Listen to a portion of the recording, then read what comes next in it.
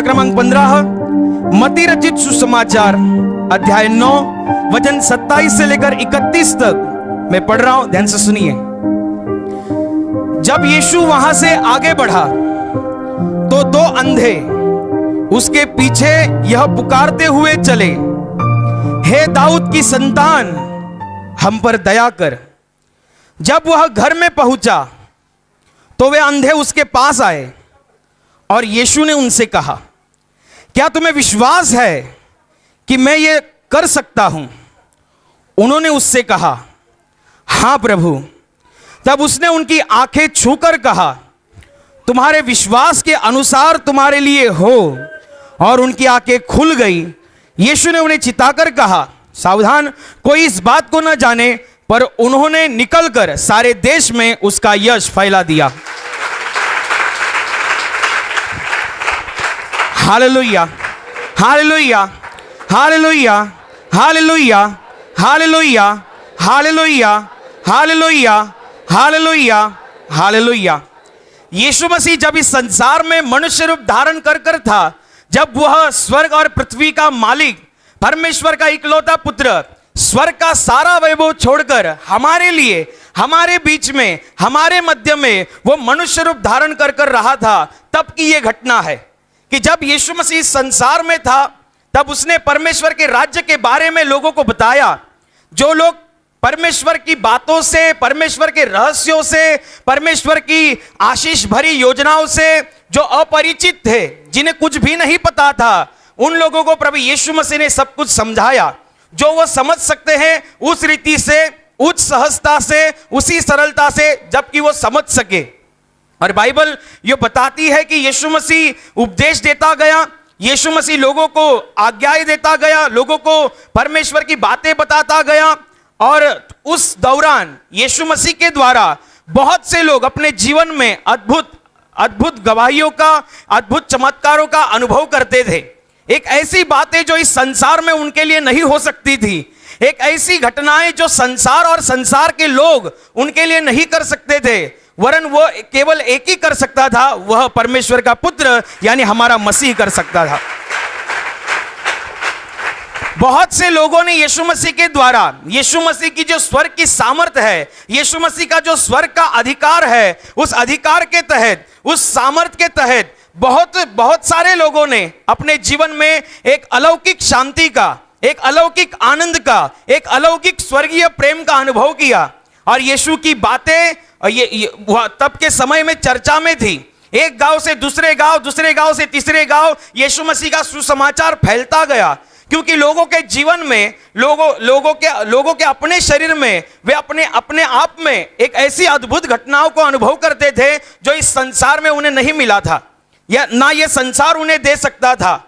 और ऐसी बातें, ऐसी चर्चाएं यीशु मसीह के विषय में फैलती गई। लोग इकट्ठा होते गए, लोग यीशु का सुनने के लिए इकट्ठा होते गए, लोग यीशु को छूने के लिए इकट्ठा होते गए, लोग यीशु मसीह के द्वारा चंगाई पाने के लिए इकट्ठा होते गए। और बहुत से लोगों ने अपने जीवन में स्वर्ग की शांति का और आनंद का अनुभव किया। और ऐसी ही घटनाओं में ये एक घटना है, इस घटना में दो अंधे व्यक्तियों के विषय में लिखा गया है। बाइबल ये बताती है कि ये दो अंधे लोग यीशु मसीह का पीछा करते हुए, क्योंकि यीशु मसीह एक गांव से दूसरे गांव, दूसरे गांव से तीसरे गांव परमेश्वर के राज्य के बारे में का सुसमाचार बताते हुए घूमता था। और यीशु मसीह ऐसे ही किसी परमेश्वर की ठहराई हुई यात्रा के अनुसार वो एक जगह से दूसरी जगह जा रहा था। तब उसके पीछे दो अंधे लोग लगे, और ये दो अंधे लोग यीशु मसीह को पुकार रहे थे, यीशु मसीह को बुला रहे थे। वो कह रहे थे, हे दावीद की संतान, हम पर दया कर। वो परमेश्वर प्रभु यीशु मसीह का ध्यान अपनी ओर खींच रहे थे कि तू हमारी ओर भी देख, तू बहुत सामर्थ्यशाली है, तेरे द्वारा कई लोगों ने चंगाइयों का अनुभव किया है। हम भी चाहते हैं कि हम भी अनुभव करें, हम भी चाहते हैं कि तेरी दया हम पर भी हो, हम भी चाहते हैं कि तेरी कृपा दृष्टि हम पर भी बनी रहे। इसलिए वो दो अंधे लोग, उन्हें न दिखते हुए भी यीशु मसीह के नाम का या यीशु मसीह का जायजा लेते हुए वो यीशु मसीह को पुकारते रहे, यीशु मसीह को बुलाते रहे, ताकि यीशु मसीह का ध्यान उनके ऊपर आकर्षित हो। वो पुकारते रहे, हे दावीद की संतान, हम पर दया कर। लगातार वो पुकारते चले गए। और बाइबल की आज की घटना में ये लिखा है कि जब यीशु मसीह किसी घर में गया तो ये दो अंधे लोग जो तो जायजा लेकर उसी घर में चले गए जिस घर में यीशु मसीह था। और वहां पर यीशु मसीह के सामने वो दो अंधे लोग थे। यीशु मसीह ने देखा कि इन अंधों की जो सबसे पहली प्रार्थना है, इन अंधों के अगर सबसे पहली कोई विनती है, इन अंधों के सबसे पहला जो प्रश्न है वो यही है कि ये देखने लगे। बाइबल ये बताती है कि वे दो अंधे लोग यीशु मसीह के द्वारा पुनः दृष्टि प्राप्त करने के लिए आए थे। उनके जीवन की सबसे पहली मांग, उनकी जीवन की सबसे पहली जरूरत यही थी कि वो देखने लगे, क्योंकि वो अंधे थे। एक अंधा इंसान परमेश्वर के सामने खड़ा रहकर यही कहेगा कि मैं देख सकूं। एक गूंगा इंसान परमेश्वर के सामने खड़ा रहकर अपनी पहली गरज, अपनी पहली जरूरत यही बताएगा कि मैं बोल सकूं। एक बहिरा इंसान परमेश्वर के सामने खड़ा रहेगा तो वो अपनी पहली जरूरत, पहली गरज यही बताएगा कि मैं सुन सकूं। एक अंधा इंसान ये नहीं बोलेगा कि मुझे खाने के लिए कुछ नहीं है, मुझे वड़ा पाव दो करके। उनको पता था कि जिसके सामने हम जा रहे हैं, जिसका नाम हम पुकार रहे हैं, जिसके नाम की हम दुहाई दे रहे हैं, वो इस धरती का नहीं, वो तो स्वर्ग से आया हुआ हमारा परमेश्वर है। उन्होंने अपनी पहली जरूरत को परमेश्वर के सामने रखा। उन्होंने अपनी जीवन की पहली प्रार्थना को, जो उनकी पहली आवश्यकता थी, उस आवश्यकता को उन्होंने परमेश्वर के सामने रखा। अपने जीवन की सबसे बड़ी भारी समस्या को उन्होंने परमेश्वर के सामने रखा। और जब उन लोगों ने अपनी समस्या को परमेश्वर के सामने रखा, अपने जीवन के प्रश्न को परमेश्वर के सामने रखा, अपनी जीवन की समस्या को परमेश्वर के सामने रखा, तो बाइबल यह बताती है, बाइबल इस बात की पुष्टि करती है, बाइबल विस्तारित से बताती है कि प्रभु यीशु मसीह ने कहा कि ये मैं कर सकता हूं, ऐसा तुम्हारा विश्वास है क्या? वो जब अपनी समस्या को परमेश्वर के सामने रखते हैं कि हम देखने लगे, वो जब अपने प्रश्न को परमेश्वर के सामने रखते हैं कि हम देखने लगे, तो उस विषय में तत्पश्चात परम प्रधान परमेश्वर का इकलौता पुत्र यह कहता है, क्या मैं ये कर सकता हूं, ऐसा तुम्हारा विश्वास है क्या? क्या मैं तुम्हारे इस प्रश्न का उत्तर बन सकता हूं, ऐसा तुम्हारा विश्वास है क्या? क्या मैं तुम्हारी इस समस्या का निवारण बन सकता हूं, ऐसा तुम्हारा विश्वास है क्या? क्या मैं तुम्हें इस भारी आपदा से छुटकारा दे सकता हूं, ऐसा तुम्हारा विश्वास है क्या? जब दो अंधों लोगों ने कहा कि हाँ प्रभु हम विश्वास करते हैं, यीशु मसीह ने कहा जैसा तुम्हारा विश्वास है वैसा तुम्हारे लिए हो जाए। तुरंत बाइबल ये बताती है कि जब उन दो अंधों लोगों ने कहा कि हाँ हम विश्वास करते हैं कि तू ही हमारे प्रश्न का उत्तर है, हम विश्वास करते हैं तू ही हमारे समस्या का निवारण है, हम विश्वास करते हैं कि तू ही हमें इस समस्या से छुटकारा देने वाला परमेश्वर है। जब उन्होंने अपने विश्वास को परमेश्वर के सामने बयां किया, उन्होंने अपने विश्वास को परमेश्वर के सामने रखा, तो बाइबल यह बताती है वो परम प्रधान परमेश्वर का पुत्र, वो स्वर्ग और पृथ्वी का मालिक, उसने उसी विश्वास के तहत, उसी विश्वास के माहौल में उन दोनों के जीवन में स्वर्ग से चमत्कार किया। जब हम परमेश्वर के सामने होते हैं, जब हम परमेश्वर पर आशा रखते हैं और हम हमारे जीवन की समस्या परमेश्वर के सामने रखते हैं कि ये मेरी समस्या है, ये मेरी जीवन की जरूरत है, ये मेरी जीवन की आवश्यकता है, ये मेरा जीवन का प्रश्न है जो आज तक अनुत्तरित है, ये मेरे जीवन का प्रश्न जिसको इस संसार में किसी के द्वारा उत्तर नहीं मिला, किसी चीज के द्वारा, किसी घटना के द्वारा मेरे इस जीवन के प्रश्न का उत्तर नहीं मिला, लेकिन यह प्रश्न मैंने तुम्हारे सामने रखा है, मेरी ये समस्या मैंने तुम्हारे सामने रखी है, मेरा ये संकट मैंने तुम्हारे सामने रखा है। तत्पश्चात परमेश्वर आपसे पूछेगा क्या तुम्हारे इस समस्या का निवारण मैं कर सकता हूं, ऐसा तुम्हारा विश्वास है क्या? क्या तुम्हारे इस प्रश्न का उत्तर मैं बन सकता हूं, ऐसा तुम्हारा विश्वास है क्या? क्या तुम्हें इस भारी विपदा से मैं तुम्हें छुटकारा दे सकता हूं, ऐसा तुम्हारा विश्वास है क्या? और जिस दिन, जिस घड़ी, जिस वक्त आपकी आत्मा और आपका हृदय ये कहेगा हाँ मेरा विश्वास है, समझ लेना उसी दिन स्वर्ग से आपके लिए कार्य होना आरंभ हुआ है।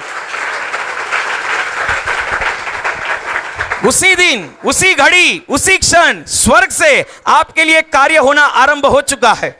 जिस दिन आप कहते हैं हाँ मेरा विश्वास है, लेकिन आपकी आत्मा कहनी चाहिए मेरा विश्वास है, आपका दिल कहना चाहिए मेरा विश्वास है, आपका मस्तिष्क कहना चाहिए मेरा विश्वास है।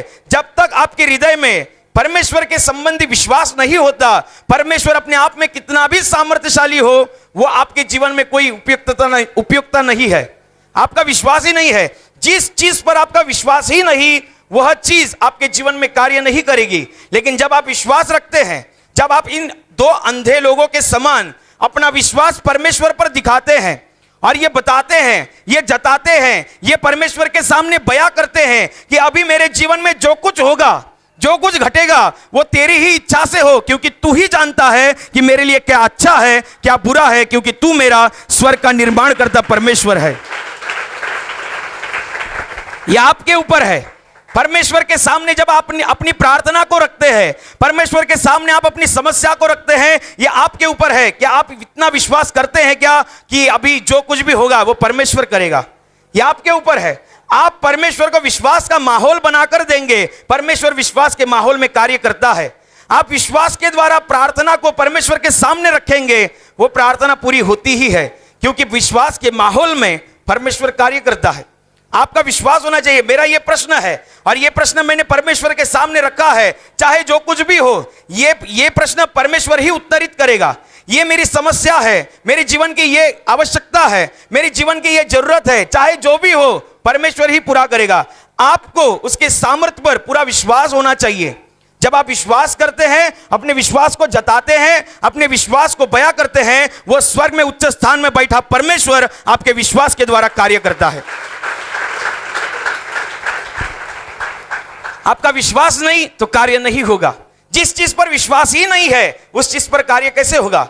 इन दो अंधे लोगों ने अपने जीवन में, चाहे वो देख नहीं सकते थे फिर भी वो सुन सकते थे, उन्होंने यीशु मसीह की जो चर्चाएं हो रही थी या यीशु मसीह के बारे में जो कुछ भी बातचीत हो रही थी, उन सभी बातचीतों को उन्होंने सुना था कि कई लोग अपने अनुभवों को बता रहे हैं एक दूसरे को।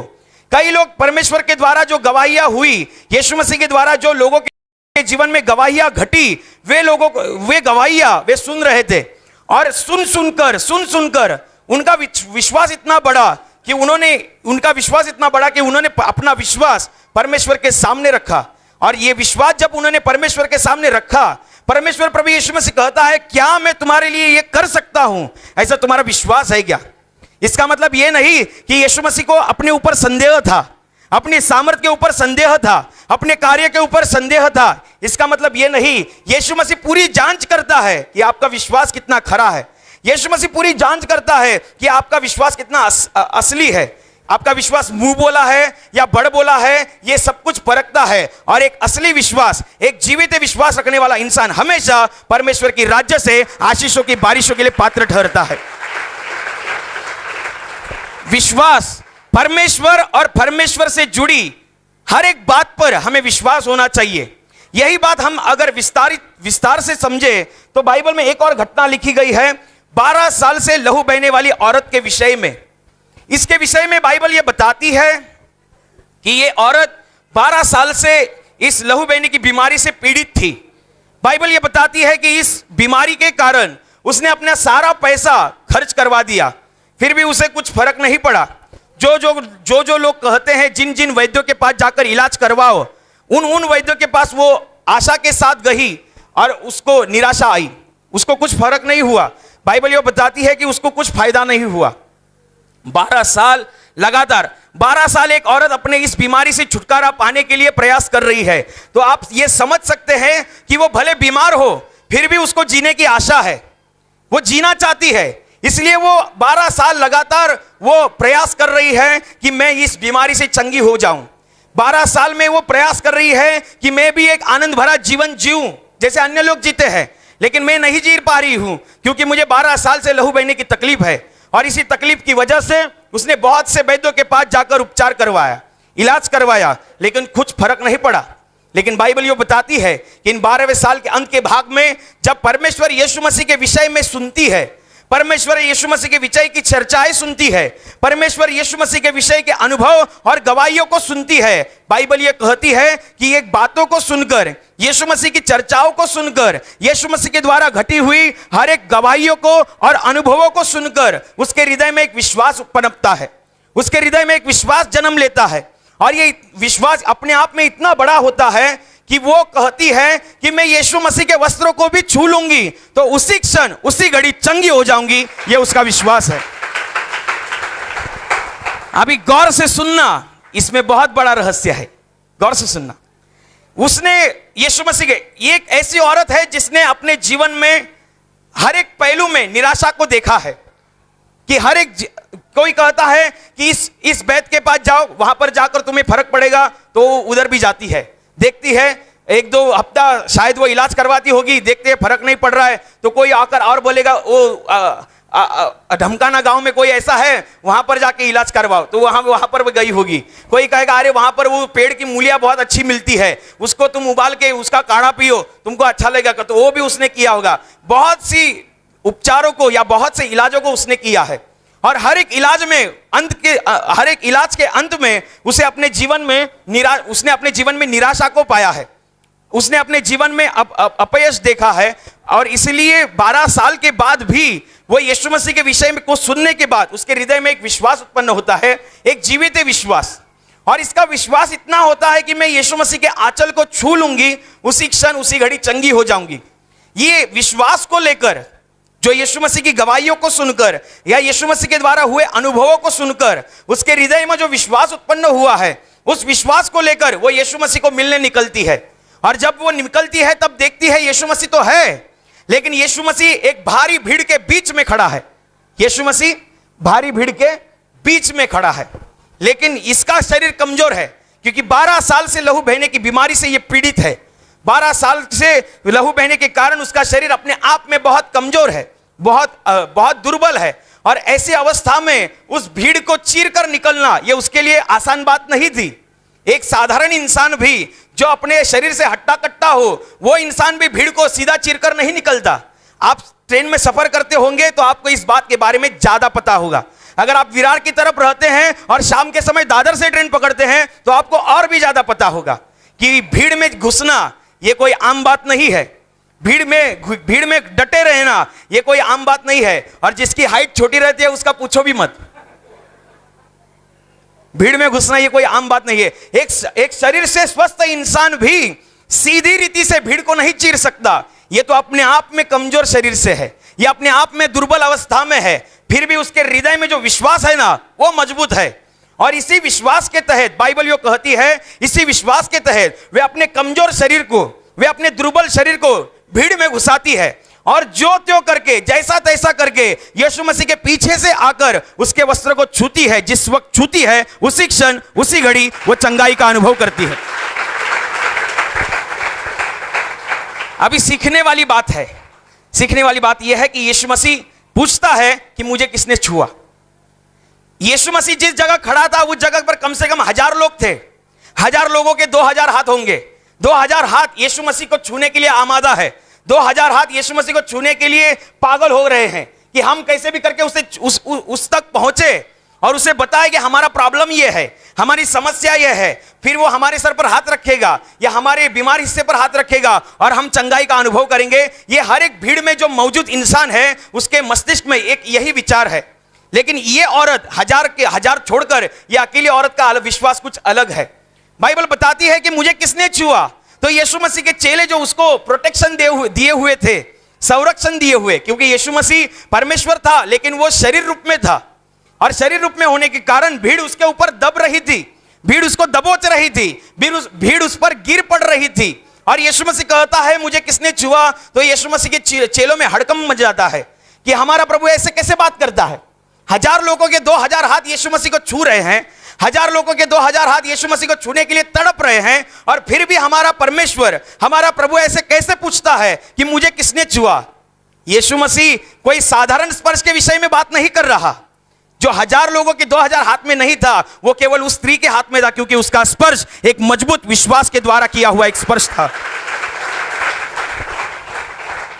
वो प्रभु यीशु मसीह का प्रमुख चेला पतरस और उसके अन्य साथी भीड़ को ऐसे बयां करते हैं। जिस वक्त यह घटना हुई उस समय जो भीड़ थी उसके विषय में लूका रचित सुसमाचार अध्याय 8 वचन 45 में यह कहा गया है कि पतरस यीशु मसीह को उत्तर देता है कि हे प्रभु, हे स्वामी, भीड़ तुझको दबा रही है, भीड़ तुझ पर गिर पड़ रही है, फिर भी तू ऐसे कैसे पूछता है कि मुझे किसने छुआ।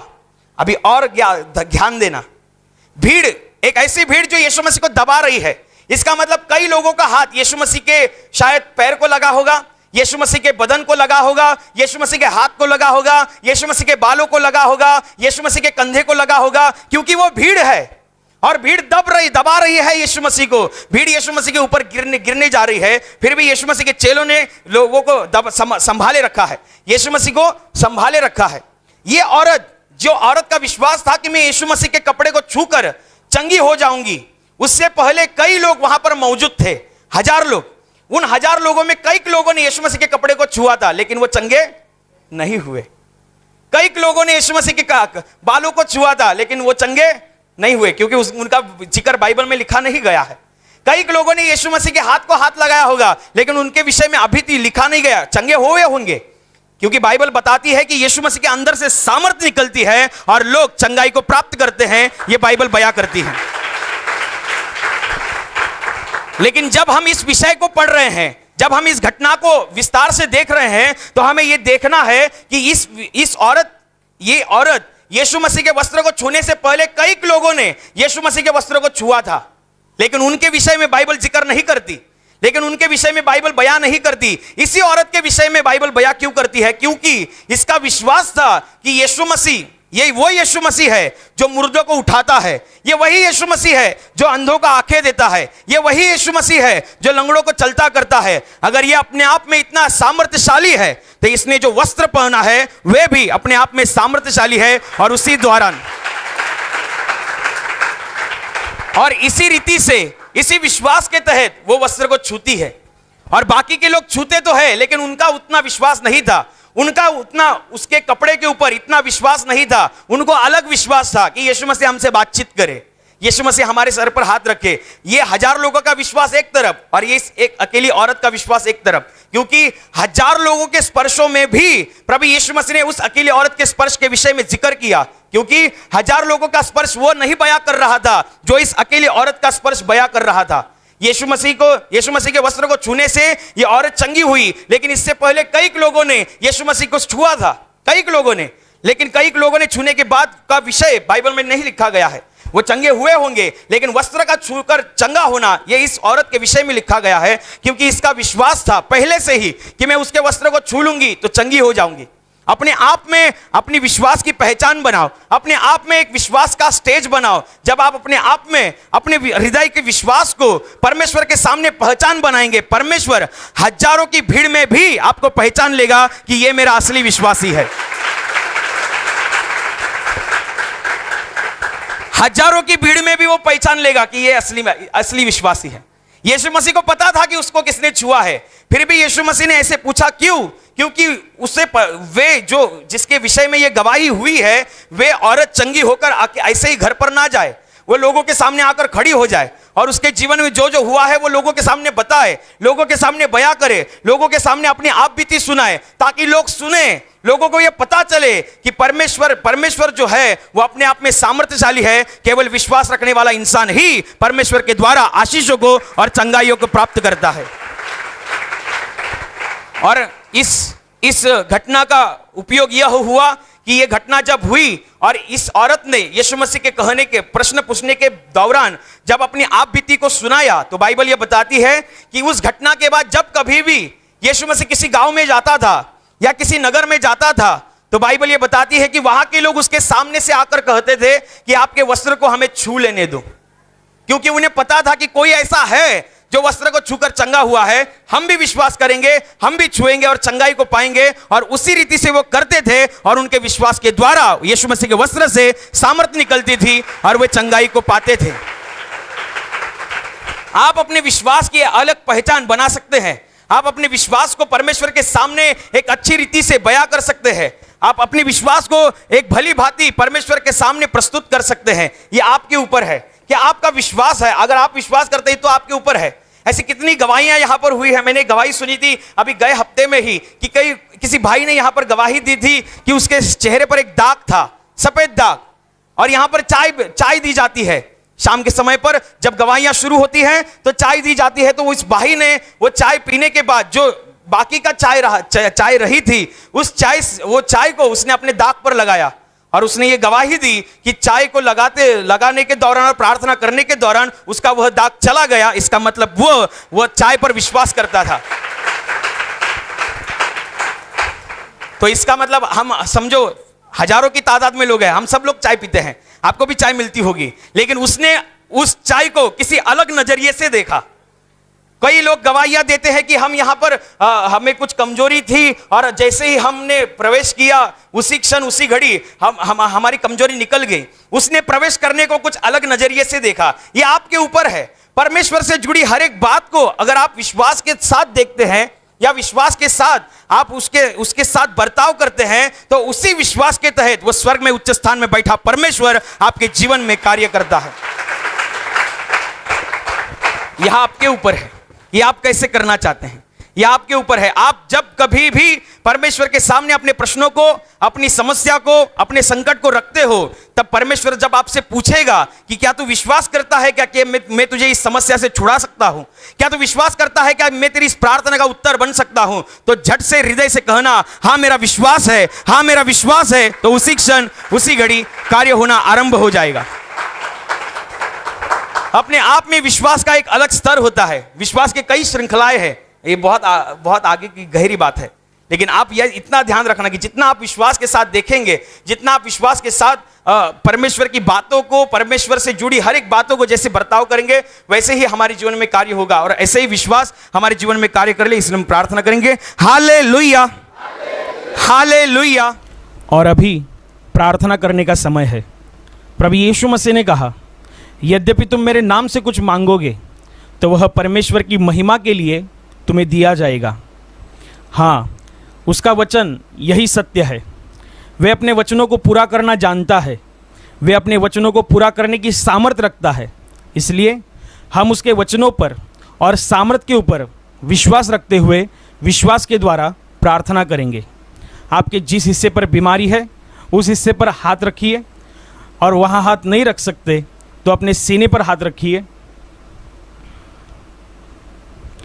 आपके जीवन में से और शरीर में से हर एक दुख, तकलीफ, बीमारी प्रभु यीशु मसीह के पवित्र नाम इसी क्षण नष्ट हो जाए।